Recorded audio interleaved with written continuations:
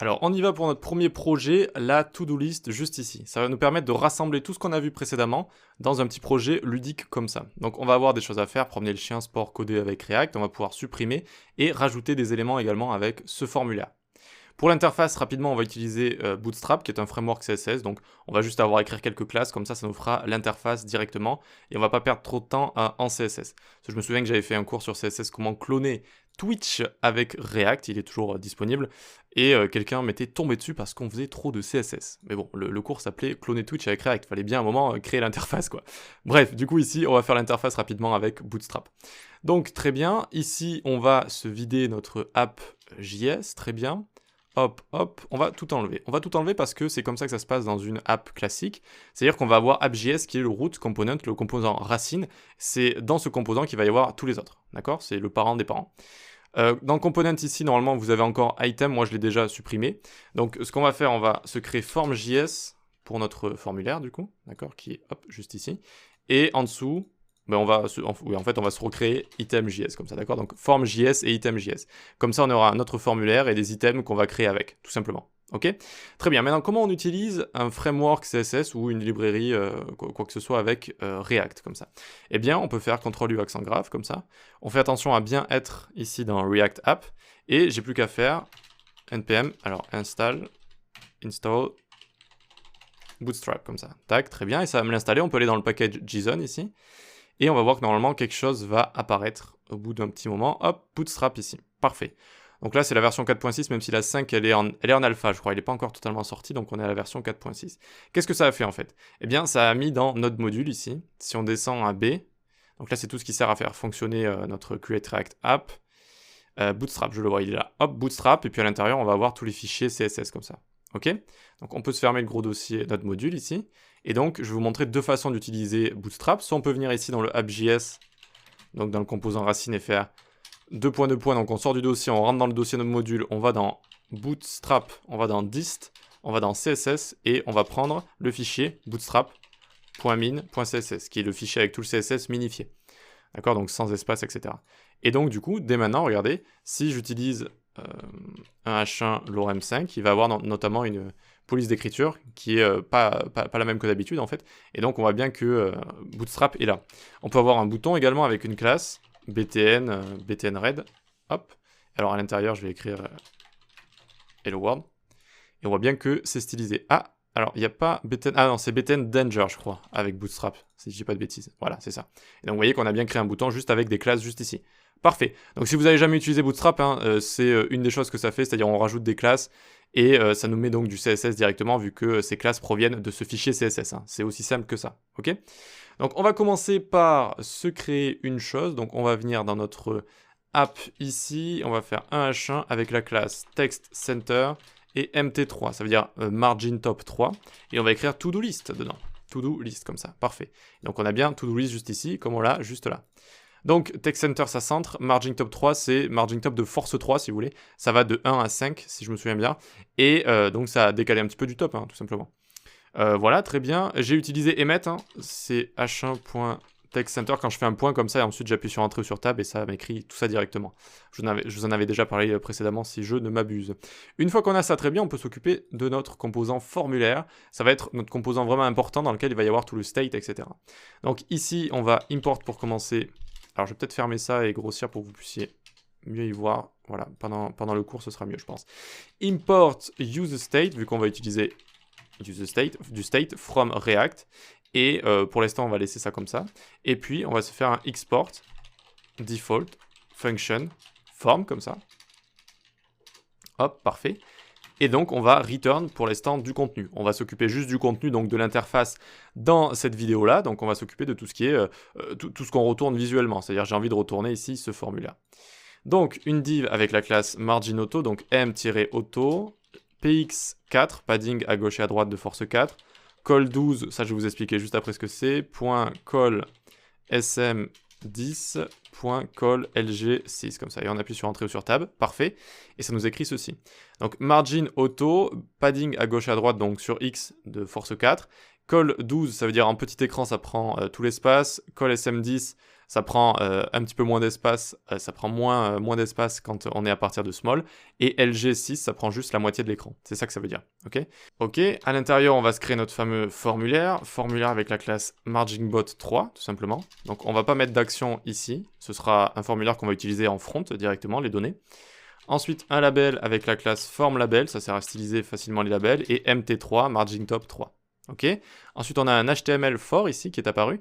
C'est l'attribut for, mais avec JSX, il faut écrire HTML for comme ça, d'accord? Donc for, on va mettre to do. Ok. Et dans notre label ici, on va écrire chose à faire. Voilà, on va écrire la chose à faire. Et en dessous du label, il nous faut l'input qui correspond au label. Donc input.formControl. Ça sert à styliser les inputs. Et l'ID, on va mettre to do comme ça. Hop, on appuie sur Entrée, très bien. Donc on a notre input qui est lié à notre label juste ici. Si vous êtes un peu perdu avec call, là, ici, on verra ce que c'est après, ne vous inquiétez pas, vous verrez exactement ce que c'est. Pour l'instant, on finit ça. Donc label et input juste ici, très bien. Et puis il nous manque plus qu'un bouton à rajouter. Bouton avec la classe mt2.btn.btnPrimary. Ça rajoute la couleur. .dBlock, ça veut dire display block. Hop, et à l'intérieur, on écrit envoyer. Parfait.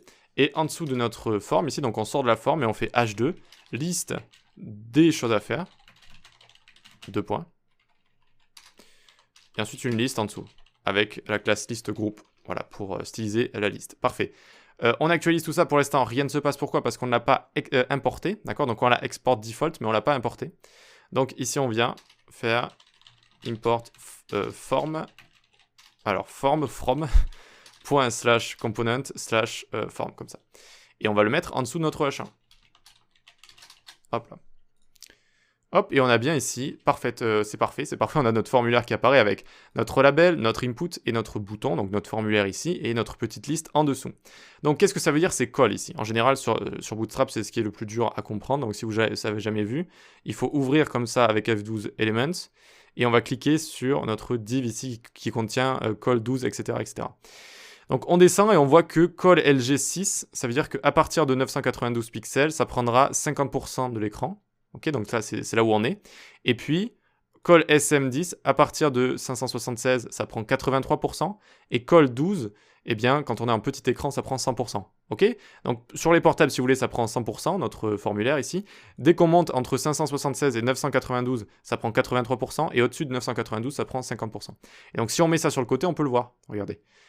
On voit que la taille ici va changer de notre input. Regardez, hop, hop, tac. Vous voyez ce que ça fait là? Tac, tac. Et en petit écran, normalement, c'est 100%, voilà, avec un petit peu de marge sur les côtés. Ok? Donc c'est ça que ça veut dire call, tout simplement. Je ne vais pas rentrer dans le système de grille en détail, mais c'est ça que ça fait. Ok, c'est parfait. Il nous manque maintenant nos items à styliser. Ça va être plus rapide encore. Donc on va dans item ici. Et j'ai envie de vous montrer une petite technique. Regardez ce que je vais faire. Je vais faire RFC, tab. Et ça m'a créé directement un composant comme ça, directement. Alors ça c'était, avant il y avait besoin de import React from React à chaque fois qu'on créait un nouveau composant. Maintenant ce n'est plus obligatoire. Mais d'où je sors ce raccourci clavier? Eh bien je le sors d'une extension qui s'appelle ES7 React Redux, etc. comme ça. Donc vous avez juste à taper ES7. Alors c'est un nouvel ordinateur que j'ai, c'est pour ça qu'il faut que je réinstalle ici les différentes extensions, j'en ai pas trop. Donc vous tapez ES7 comme ça directement. Et vous allez avoir ES7 React Redux Snippets comme ça. Alors, est-ce que c'est celui-là? Ah non, c'est celui-là, c'est le premier. Celui à 2 500 000 téléchargements. Voilà. ES7 React Redux, GraphQL, etc., etc. Donc vous avez juste à le télécharger. Et à chaque fois que vous allez avoir envie d'un composant comme ça, vous êtes RFC, entrée ou tab, et ça vous l'écrit directement. Voilà. Donc c'est assez pratique. Voilà. Et avant, il fallait faire à chaque fois import React from React, mais maintenant c'est plus obligatoire. Ok, donc on a notre item juste ici, parfait. Notre item à chaque fois ce sera un li, vu que ce sera dans une liste. Donc on fait li.border.justify content between .align items center .deflex .p-2 .m-2. Et ensuite on appuie sur Entrée sur Tab, hop, ça nous écrit tout d'un coup. Donc en fait, j'aurais dû le mettre en premier, deflex. Border, ça rajoute des bordures. Deflex, ça fait display flex. Donc on utilise flexbox. On met de l'espace entre les éléments, on les centre parfaitement sur Y. Et on met un peu de padding, un peu de marge. Voilà, c'est pas plus compliqué que ça. Ensuite, à l'intérieur de chaque li, il y aura une div avec la classe padding 3. Pour l'instant, on va mettre juste txt à l'intérieur, mais ensuite, ce sera rempli dynamiquement. Et puis, bouton btn.btndanger.p2.h50.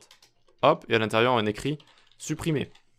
Donc btn, ça sert à styliser les boutons, btn danger, ça donne la couleur rouge, p2, le padding, h50, la hauteur, ça prend 50% de la hauteur. Ok, on n'a plus qu'à importer item ici, dans forme, import item from ./item. Et on va les utiliser ici, donc pour l'instant, je vais les mettre en dur directement. Hop, item juste ici, et voilà, on peut en mettre plusieurs, et regardez, tadam, ça fonctionne, on a nos items juste ici. Super, génial, on a réussi à faire l'interface très rapidement avec Bootstrap. C'est un des avantages de Bootstrap. Hein. Je ne le porte pas particulièrement dans mon cœur, hein, cet outil, mais il faut le voir comme un outil en fait. Il ne faut pas le voir comme quelque chose émotionnel. Et la même chose avec React, la même chose avec JavaScript, PHP, tout ce que vous voulez. C'est soit ça résout mon problème, soit ça ne résout pas mon problème. Pas, oh non, je l'aime trop, j'ai passé du temps avec, et j'ai passé du temps à l'apprendre, etc. Donc je vais l'utiliser absolument partout. Voilà. C'est juste un outil, donc si c'est utile, utilisez-le. Si c'est pas utile, dans des cas précis, ne l'utilisez pas. Très bien, donc on a notre interface qui est exactement la même. Maintenant, il va falloir s'occuper peut-être de la logique avec React. Posez-moi des questions si vous en avez, sinon on va attaquer le formulaire, la logique du formulaire.